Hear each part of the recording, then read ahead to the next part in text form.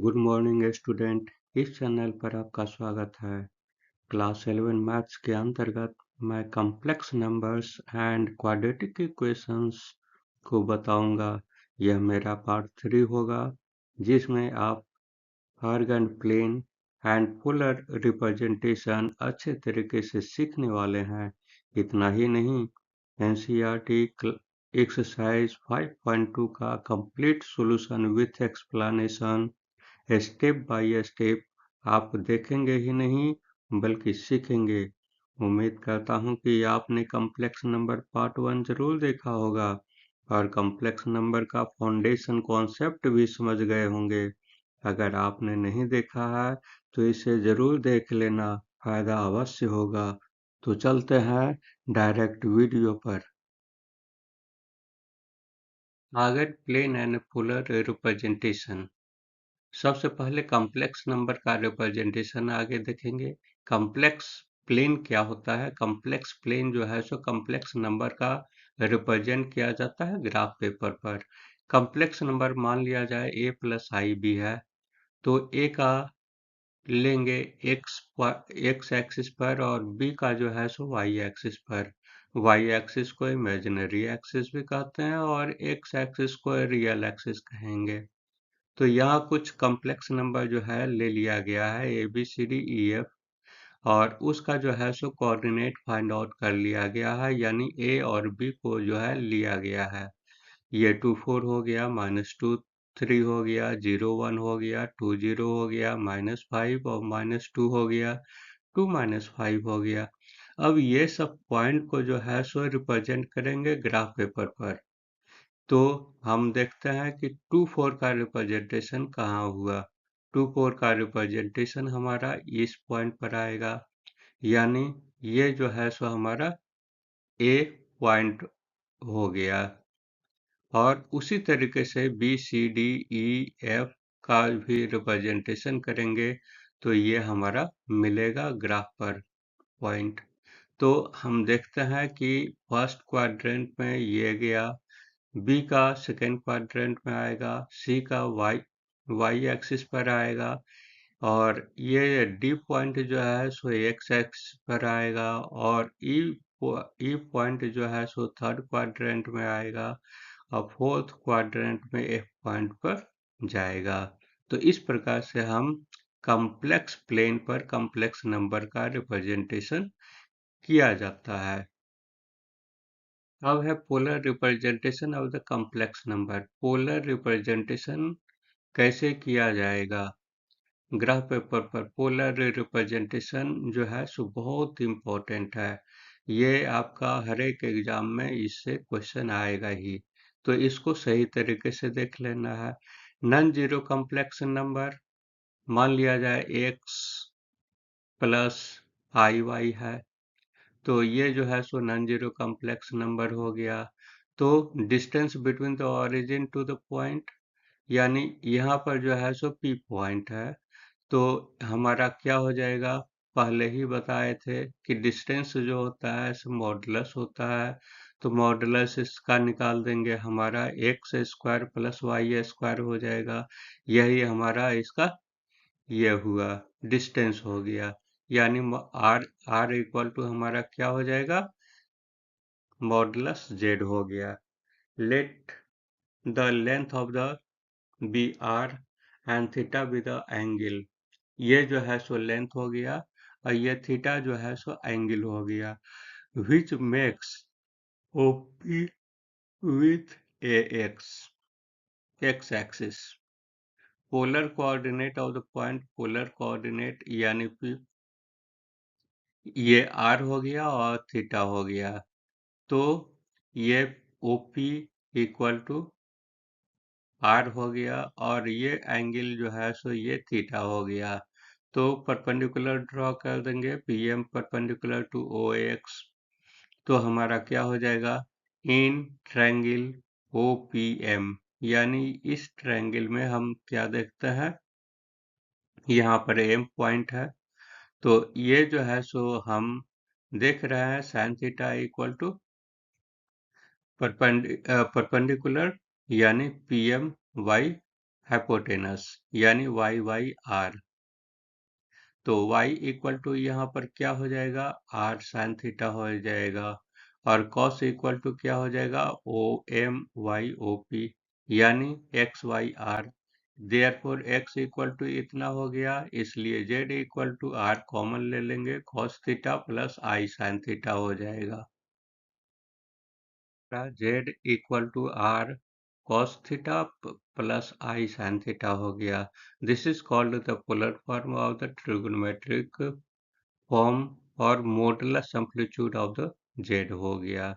तो यहाँ पर ये क्या कहलाया, आर मॉडुलस ऑफ जेड हो गया, is called the modulus of z, and theta is called the argument और एम्पलीट्यूड ऑफ जेड।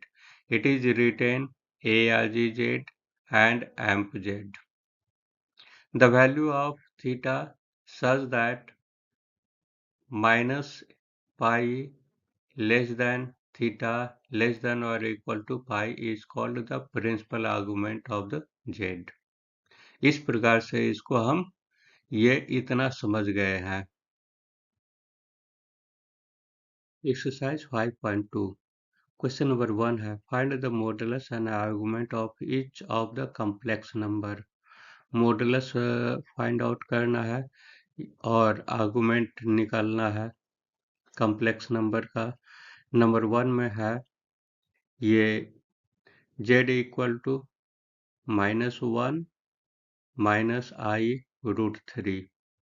तो इसमें सबसे पहले सपोज ले लेते हैं ये r cos theta equal to यहाँ पर दिया हुआ है -1, और r sin थीटा के जगह पर ये -√3 है दिया हुआ, यानी a प्लस आई बी। तो अब क्या करना है, इसमें स्क्वायरिंग कीजिए दोनों तरफ और फिर ऐड कर देना है। स्क्वायरिंग और ऐडिंग करने पर हम क्या देखते हैं, r square cos square theta plus r square sine square theta equal to 1 plus 3 आ जाएगा। तो आर कॉमन ले लेंगे तो cos square theta plus sine square theta equal to 4 हो गया। चूंकि अब हम जानते हैं कि ये जो है so cos square theta plus sine square theta equal to 1 होता है, तो ये 1 हो गया इक्वल टू 4, यानी ये r इक्वल टू √4 हो गया, तो इसका 2 हो जाएगा value. thus the modulus of z equal to 2 आ जाएगा। इसलिए हम क्या देख रहे हैं कि 2 cos थीटा इक्वल टू -1 है, इसलिए cos थीटा इक्वल टू -1/2 हो जाएगा। फिर हम साइन थीटा में देखेंगे, 2 साइन थीटा इक्वल टू -√3 होता है, तो इसलिए साइन थीटा इक्वल टू क्या हो जाएगा, -√3/2 हो जाएगा। इस तरीके से हम क्या देख रहे हैं कि both sine are negative, so they are in fourth quadrant. ये जो है सो फोर्थ क्वाड्रेंट में होगा। चूंकि दोनों नेगेटिव है, इसलिए आर्गुमेंट हमारा क्या हो जाएगा, माइनस पाई माइनस ये π/3 हो जाएगा इक्वल टू -2 π/3 हो गया। इस तरीके से modulus and argument of the complex number this r 2 and this, ये हमारा दोनों निकल गया। अब देखते हैं next number z equal to -√3 plus i है। तो इसके लिए हम क्या देखेंगे कि ये जो है so let r cos theta equal to -√3 हो गया, और sin थीटा इक्वल टू ये हमारा हो जाएगा 1। तो दोनों तरफ स्क्वायरिंग करेंगे तो हमारा r स्क्वायर कॉमन जाएगा, cos square theta plus sin square theta equal to 4 हो जाएगा।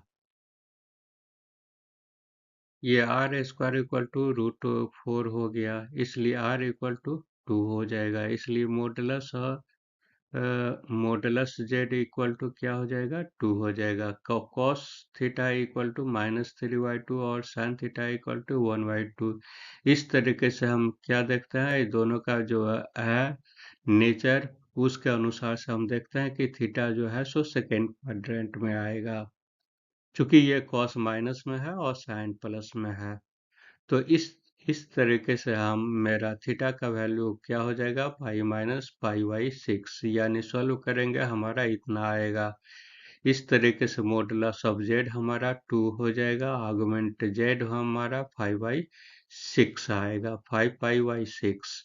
अब जो है सो नेक्स्ट प्रॉब्लम है, convert each of the following complex number given in the exercise 3 to 8 in the polar form. अब जो है सो 3 to 8 जितने भी हैं प्रॉब्लम, सबको जो है सो पोलर फॉर्म में कन्वर्ट कर देना है। ये जो है कॉम्प्लेक्स नंबर दिया हुआ है, इसमें जो है सो a प्लस आई बी के फॉर्म में है, कॉम्प्लेक्स नंबर है। इसलिए सबसे पहले जो है सो यही काम करना है कि r cos theta equal to 1 ले लेंगे और r sin theta equal to -1, यानी b यहाँ पर -1 है और यहाँ पर 1 हो गया, a की जगह पर 1 हो गया। तो इसीलिए जो है सो इतना एज्यूम करना पड़ेगा।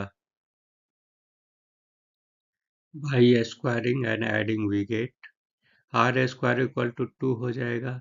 चूंकि sine a square theta plus cos square theta equal to 1 हो गया, तो इसलिए आर का वैल्यू हमारा √2 होगा। अब जो है सो √2 कॉस थीटा इक्वल टू 1 हो गया। अब आर का वैल्यू हम दिए हैं यहाँ पर, और इसलिए cos थीटा इक्वल टू 1/2 हो गया।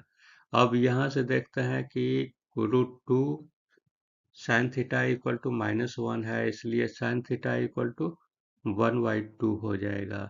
इसलिए हम क्या देखते हैं, ये 1/2 है और ये -1/2 है, इसलिए हमारा ये फोर्थ क्वाड्रेंट में हो जाएगा, इसलिए थीटा का वैल्यू हमारा -π/4 होगा। अब कॉम्प्लेक्स नंबर ये दिया हुआ है, इसका पोलर फॉर्म जो है सो ये होता है, तो ये सब का वैल्यू जो है पुटअप कर देंगे, यानी आर का और थीटा का वैल्यू पुटअप करके उसको सॉल्व कर देना है।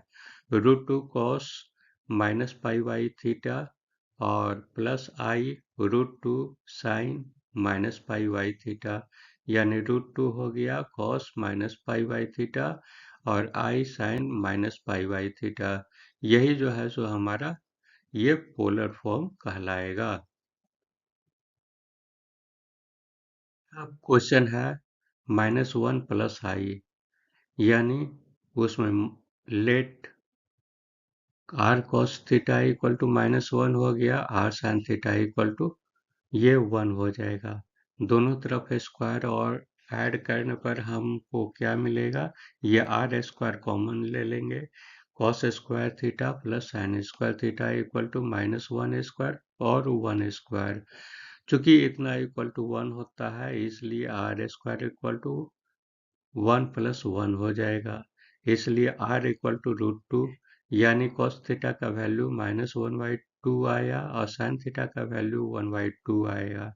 इसलिए थीटा हमारा सेकेंड क्वाड्रेंट में होगा, उसका वैल्यू क्या हो जाएगा, पाई माइनस π/4 इक्वल टू 3π/4 आ जाएगा। इसलिए कॉम्प्लेक्स नंबर ये दिया हुआ है, उसका पोलर फॉर्म ये होता है, तो इसका वैल्यू जो है सब्स्टिट्यूट कर देंगे, यही हमारा रिक्वायर्ड पोलर फॉर्म कहलाएगा। क्वेश्चन 5 है -1 minus i, let r cos theta equal to -1 और r sin theta equal to -1। तो दोनों तरफ स्क्वायर करेंगे और ऐड करेंगे, तो r square cos square plus sine square theta equal to 1 plus 1 हो जाएगा, इसलिए r स्क्वायर इक्वल टू 2, इसलिए r इक्वल टू √2 हो गया, इसलिए cos थीटा इक्वल टू -1/2 और साइन थीटा इक्वल टू -1/2, यानी थीटा का ये दोनों नेगेटिव है, तो इसलिए ये थर्ड क्वाड्रेंट में हो जाएगा, इसलिए थीटा का वैल्यू -π/4 यानी -3π/4 हो जाएगा। अब कॉम्प्लेक्स नंबर ये दिया हुआ है, कॉम्प्लेक्स नंबर पर जो है सो इसका सबका वैल्यू पुटअप कर देंगे, हमारा हो जाएगा √2 कॉस -3π/4 और प्लस साइन -3π/4, यही जो है सो हमारा पोलर फॉर्म कहलाएगा। अब क्वेश्चन 6 है, let r cos theta minus 3 और r sine theta equal to 0 हो गया। ये जो है सो इमेजिनरी टर्म यहाँ पर 0 है, तो इसलिए स्क्वायर कीजिए और ऐड कीजिए तो हमारा इतना आ जाएगा, आर का वैल्यू 3 होगा, इसलिए कॉस का -1 हो गया और साइन थीटा इक्वल टू 0 हो जाएगा। इस प्रकार से हमारा थीटा का वैल्यू क्या हो जाएगा, पाई होगा। तो हमारा पोलर ये कॉम्प्लेक्स नंबर ये हो गया। तो यहाँ पर क्या क्या करेंगे, पोलर फॉर्म में लिख देंगे r cos theta plus r i sine theta हो गया। तो यहाँ पर जो है सो 3 हो गया, आर कॉमन ले लेंगे तो यहाँ पर cos pi plus i sine pi, यही जो है सो पोलर फॉर्म कहलाएगा। क्वेश्चन 7 है √3 प्लस आई। यहाँ पर let r cos theta equal to √3 मान लेंगे और आर साइन थीटा हमारा क्या होगा, 1 होगा। तो दोनों को स्क्वायर कीजिए और उसको ऐड कीजिए। ऐड करने पर हमारा कैलकुलेट करेंगे तो आर का वैल्यू हमारा 2 आएगा और इस तरीके से r cos theta equal to √3 होगा, r sine theta equal to 1 होगा और हमारा r cos theta equal to √3 हुआ तो कॉस थीटा इक्वल टू √3/2 हो जाएगा। ये r sine theta equal to 1 है तो साइन थीटा इक्वल टू हमारा 1/2 होगा, इसलिए थीटा इक्वल टू हमारा क्या हो जाएगा, ये फर्स्ट क्वाड्रेंट में हुआ इसलिए π/6 होगा। हमारा कॉम्प्लेक्स नंबर ये है दिया हुआ, तो इसमें आर कॉमन चला जाएगा तो cos theta plus i sine theta हो गया। तो सभी का वैल्यू सब्स्टिट्यूट कर देंगे तो हमारा 2 इंटू कॉस π/6 प्लस साइन π/6 होगा। यही जो है सो पोलर फॉर्म कहलाएगा। ये लास्ट क्वेश्चन है, केवल यहाँ पर आई है, यानी इमेजिनरी नंबर ही है केवल। तो यहाँ पर क्या देखते हैं, r cos theta equal to 0 हो गया और r sine theta equal to 1 हो गया। तो दोनों को स्क्वायर करके ऐड कीजिए, हमारा आर का वैल्यू 1 आ जाएगा और r cos theta equal to 0 और r sine theta equal to हमारा 1 है। जब इतना इक्वल टू 0 है तो कॉस थीटा इक्वल टू 0 हो जाएगा। जब इतना इक्वल टू 1 है तो साइन थीटा इक्वल टू 1/2 हो जाएगा, यानी थीटा हमारा किस में हो गया, फर्स्ट क्वाड्रेंट में हो गया, इसलिए थीटा का वैल्यू π/2 हो जाएगा। तो हमारा इमेजिनरी नंबर कॉम्प्लेक्स नंबर जो है सो इतना है, आर कॉस थीटा प्लस ये आई साइन थीटा। तो इसलिए जो है सो हमारा वैल्यू जो है पुटअप कर देंगे हर एक को। तो मेरा जो है सो ये कॉस π/2 हो गया प्लस आई साइन π/2 हो गया, यही जो है सो ये पोलर फॉर्म कहलाएगा।